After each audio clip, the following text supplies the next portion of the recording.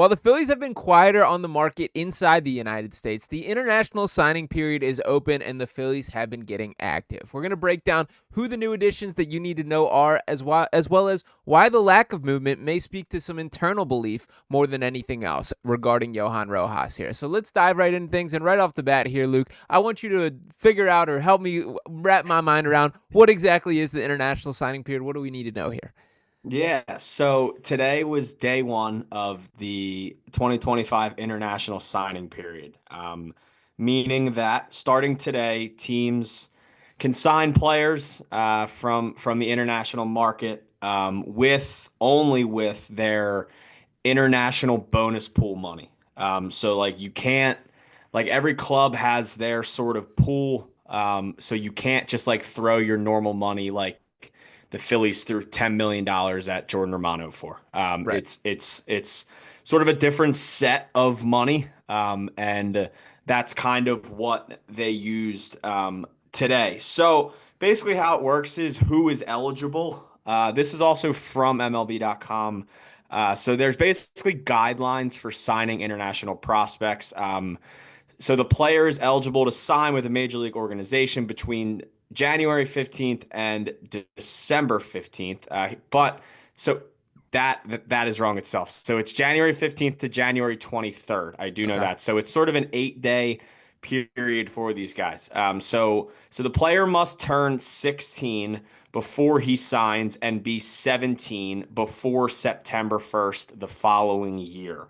In practical terms, that means players born between September 1st, 2007 and August 31st, 2008 Good Lord. will be eligible to sign in the upcoming signing period. So basically, what I'm saying is guys that are signing today were not born when the Phillies won their first of 5 division titles from 2007 to 2011. That's basically what I'm saying. So yeah, so You're old, basically man. the cliff notes here is any team has their bonus pool money. There's a big full list of guys that are sort of on the market to sign, and you can basically sign whoever you want. There's no real like parameters to it. Like a certain team can't only sign a certain amount of people. You can sign sort of whoever you want as long as you have the money for it. But where things get dicey is there was a report the other day saying that the 3 teams that are left in for Roki Sasaki are the Blue Jays, the Padres, the Dodgers. But basically, so once again, you can only offer these international signing players what you have. And there's no other way that you can get more money in that pool other than by trading for it.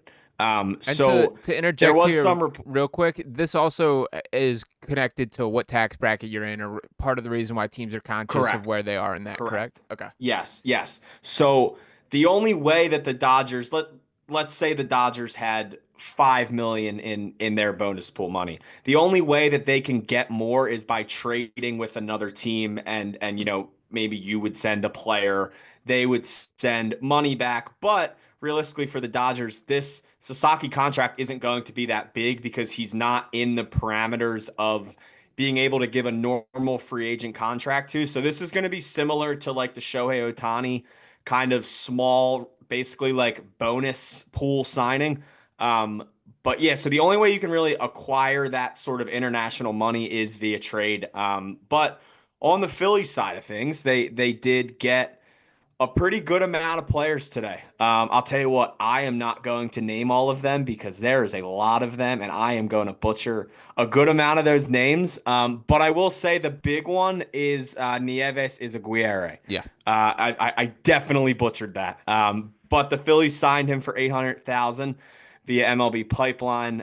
So obviously, in this tweet here from Phillies Tailgate, like he said, it'd be interesting to see what the Phillies do with all the money that they saved the signing period because they did save a pretty good amount, and possibly they could maybe be one of the teams interested in trading with one of those 3 sort of remaining guys that are in for Sasaki. Yeah, no, 100% there. And I'm not going to act like I have a deep dive on any of these guys' scouting reports. Have not actually seen them play baseball before, but do want to dive into a little bit of the scouting report that we do have. Once again, shout out to Phillies Tailgate. This is regarding Nieves Izagüirre, which is, we're going to roll with that. Shout out Izzy here. And the exact breakdown here is at just 5'10" and 160 pounds, Izagüirre excuse a power approach that, geez, they use big words here, enumerates the positives of his of his long line drive method. Equipped with plus plate discipline and knowledge of the strike zone, he utilizes his athleticism to his advantage both in the box and once he gets in motion. Having ripped off 60-yard dash times clocked as quick as 6.5 seconds, Izagüirre uses his wheels to his benefit up the middle defensively. His footwork and hands garner positive reviews, along with his ability to make the routine plays consistently with a penchant for the spectacular ones on occasion. He figures to get reps at short as his pro career gets underway, having solid projection as a middle of the infield or defender. So the bottom line here is none of these guys will be added to the immediate pipeline. These are long-term investments that the team is viewing, young kids that are going to go through the process of development and ultimately, hopefully someday, join the Phillies here. But there have been some success stories to point to in recent years from the Phillies' perspective. Ranger Suarez, Hector Neris, Sir Anthony Dominguez, Johan Rojas, Sixto Sanchez, Rafael Marchand, who I would like to see a little bit more of this year, Ricardo Pinto. Cool story from his travel and pitching in the same day last year. So some guys that have made their faces known at the Phillies level here. And in particular, a guy that I want to dig a little deeper on is Johan Rojas here. So this is a guy that we've seen come through this direct pathway here, doing his thing down in the Dominican this offseason. Obviously, having some success there, that he hit 295 at the plate, played pretty well.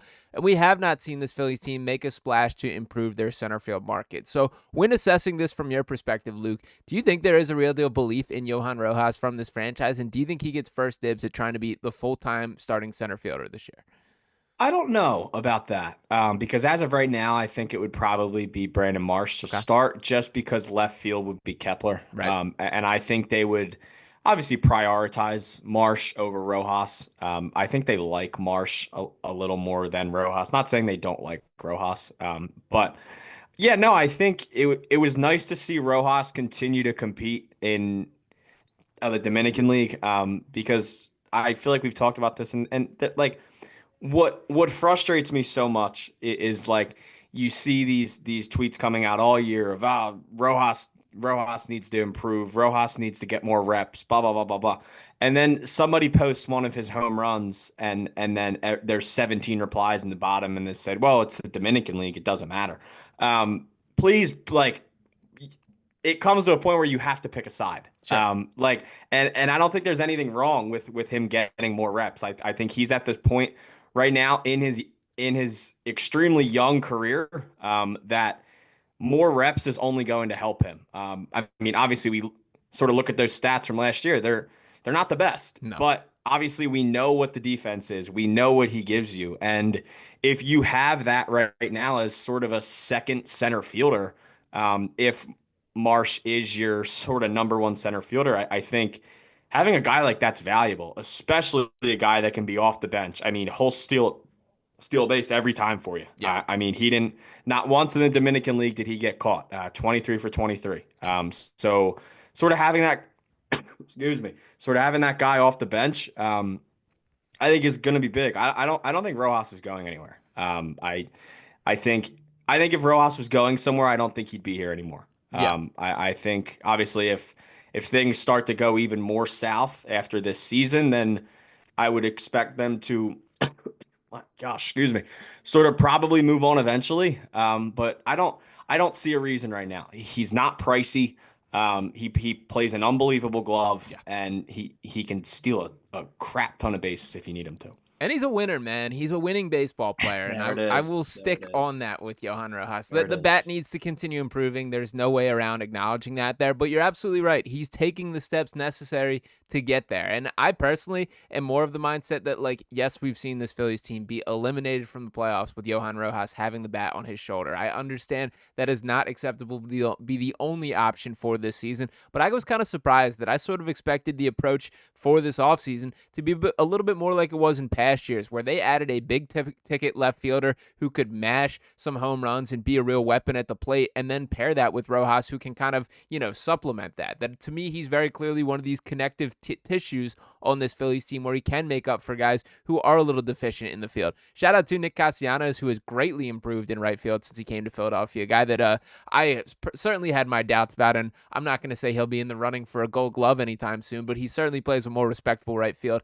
than I anticipated being the case at this point in it. So I will say there hasn't been as heavy of a need for Rojas as I sort of expected to be the case at this point in the offseason, and particularly with Kepler on the other side of him. But that is still theoretical, that we have to see Kepler actually play left field rather than what we believe he can do for that. So I don't know. I'm not ready to sell any sort of Johan Rojas stock. I have a great deal of respect for him kind of continuing to put the work in, the approach that he does have, and a seemingly genuine desire to get better, which to me is really motivating, something you want in the franchise. So I'm in agreement with you. I don't want him to go anywhere, and frankly, I would have no problem if in opening day it's him taking the plate, batting in that last spot, and starting at center field. Yeah, I wouldn't mind it either. I just don't think it's insanely likely. Sure. I think they're gonna put there's not a big enough gap in Marsh and Rojas defensively, I would say, to immediately start Rojas just because of the defense. Yeah. Marsh is still an above average fielder. And I think that he has I think he's earned that sort of starting center fielder job, but that's not saying he's going to be out there for 162 games. You're going to see a pretty good split, I think. I still think they want to get Rojas in there because he's not going to get better on the bench every day. I would expect him to probably play maybe twice a week. And I think it's good for him because I think sometimes when he's out there every single day, I think there were times last year where, he was playing a week straight, a week and a half straight. And I think he was just sort of getting sort of a little worn out, and that's not any sort of flack on him. I just think it's a young guy and still in the early stages of his career. I 24 years think old. exactly, and being a 24-year-old on a World Series contending team, playing the position where you have to run the most every single day, it can be a little taxing. It doesn't matter if you're 21 or if you're 35. It's going to be taxing. So.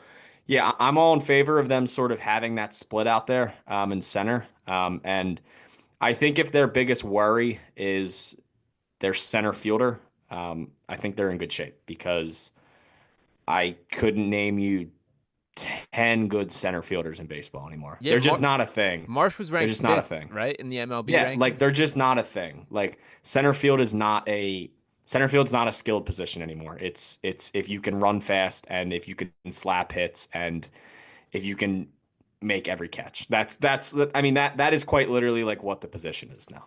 Breaks my heart a little bit. Shout out my guy Aaron Rowan, who I miss I love with all my heart. A guy Ugh. that I would consider my center field, not GOAT, but the guy that I love there. But ultimately, we'll wrap up on that. Let us know what you guys think in the comments. Shout out to Johan Rojas for the continued improvement. And what is your guys' outlook on what his role should be this year? Hopefully, the Phillies manage to find another Johan Rojas in this international market and a guy that can, in the long term, provide for this Phillies organization. So we will see how things shake out. But appreciate each and one of you guys rocking with us as always. Make sure to smash that subscribe button if you have not already. Drop a like on this video, and me and Luke will be back talking to you next time. Peace.